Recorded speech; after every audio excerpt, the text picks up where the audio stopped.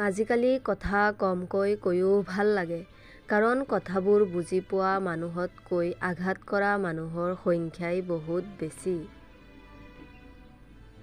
কেতিয়াবা কিছুমান সৰু কথাতে মানুহৰ মনত ডাঙৰ আঘাত লাগি যায় পাহৰিব নোৱাৰাকৈ। যিয়ে তোমাৰ গুৰুত্ব নুবুজে তেওঁৰ বাবে তোমাৰ চকুলো নুটুকিবা, কাৰণ তেওঁৰ ওচৰত তোমাৰ চকুলো আৱেগ অনুভূতিৰ কোনো মূল্য নাই। সময়, শৰীৰ আৰু সম্পৰ্ক এই তিনিওটাত কেতিয়াও মূল্যৰ লেবেল লিখা নাথাকে, কিন্তু যেতিয়া হেৰাই যায় তেতিয়াহে ইয়াৰ মূল্য বুজা যায়। সময় বহু মূল্যৱান। সম্বন্ধ গঢ়িলে নহ'ব, সম্বন্ধটো ঠিকমতে বিশ্বাস আৰু সতাহেৰে চলাই নিব লাগিব। জীৱনৰ আটাইতকৈ ডাঙৰ গুৰু হ'ল সময়, কাৰণ সময়ে যি শিকায় তাক কোনেও শিকাব নোৱাৰে। সঁচাকৈ বহুত দুখ লাগে তেতিয়া, যেতিয়া কোনোবাই মিছা কথা কয় আৰু সঁচাটো তুমি ইতিমধ্যে গম পোৱা। পৰাপক্ষত অকলশৰীয়া হৈ থকাই ভাল। বৰ্তমান যুগৰ মানুহে মৰম চেনেহৰে মুখৰ হাঁহিও কাঢ়ি লৈ যায়। শুনিবলৈ বেয়া যদিও সঁচা। নিজৰ মানুহখিনিয়েহে নিবিচাৰে আপোনাৰ উন্নতি। বাকী মানুহৰ সময় ক'ত আছে আপোনাৰ ভাল বেয়া চাই থাকিবলৈ। শাৰীৰিক সৌন্দৰ্যই আচল সৌন্দৰ্য নহয়। মানুহৰ আচল সৌন্দৰ্য দেখা পোৱা যায় তেওঁৰ কথা-বতৰা, চিন্তা-ধাৰা, আচাৰ-আচৰণ আৰু তেওঁৰ ব্যক্তিত্বতহে। বুজাবলৈ আৰু বুজিবলৈ এতিয়া একোৱেই বাকী নাই।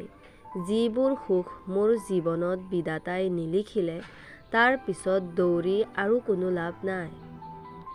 গোটেই জীৱন যদি সুখী থাকিব বিচৰা তেনেহ'লে কেতিয়াও কাৰোৰ ক্ষতি নকৰিবা।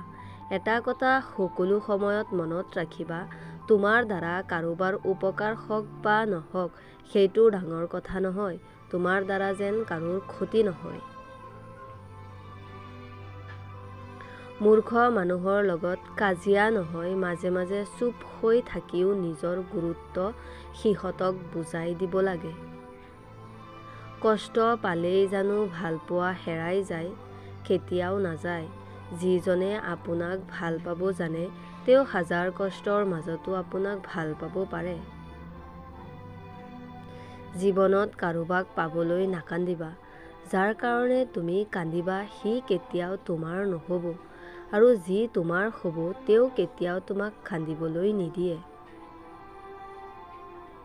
প্ৰিয় মানুহজনে যদি আপোনাক অৱহেলা কৰিবলৈ আৰম্ভ কৰে তেতিয়া তেওঁক কথা কোৱাৰ বাবে বাৰে বাৰে অনুৰোধ কৰাৰ দৰকাৰ নাই।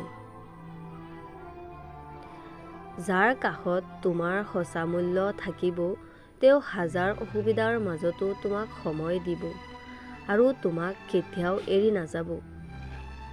মানুহে যেতিয়া লাহে লাহে ডাঙৰ হৈ আহে তেতিয়া বুজিব পাৰে যে সকলোৰে মাজত থকাতকৈ অকলে থকাই বেছি ভাল, কাৰণ সৰু কালত বন্ধু-বান্ধৱী সকলে বিনা স্বাৰ্থত কথা পাতিছিল আৰু এতিয়া সেই বন্ধু-বান্ধৱী সকলে স্বাৰ্থ নহ'লে কথা নকয়।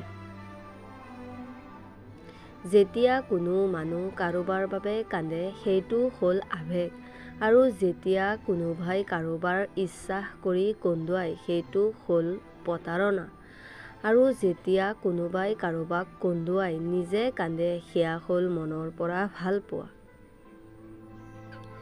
যিজনে তোমাক বুজি নাপায় তেওঁৰ ওচৰত বাৰে বাৰে নিজকে প্ৰকাশ কৰিবলৈ নাযাবা। তেওঁ কেতিয়াও তোমাক বুজি নাপাব, বিনিময়ত তুমি বহুত কষ্ট পাবা। এতিয়া কাৰোৰ ওচৰত একো অভিযোগ নাই, কাৰণ এতিয়া মই মানুহক জানিবলৈ বুজিবলৈ শিকিলোঁ। মানুহে কেৱল নিজৰ স্বাৰ্থৰ বাবে ওচৰত বিচাৰে বুজি পোৱা হ'লো, সেয়ে এতিয়া অকলেই সুখী হ'বলৈ শিকিলোঁ। Like, subscribe and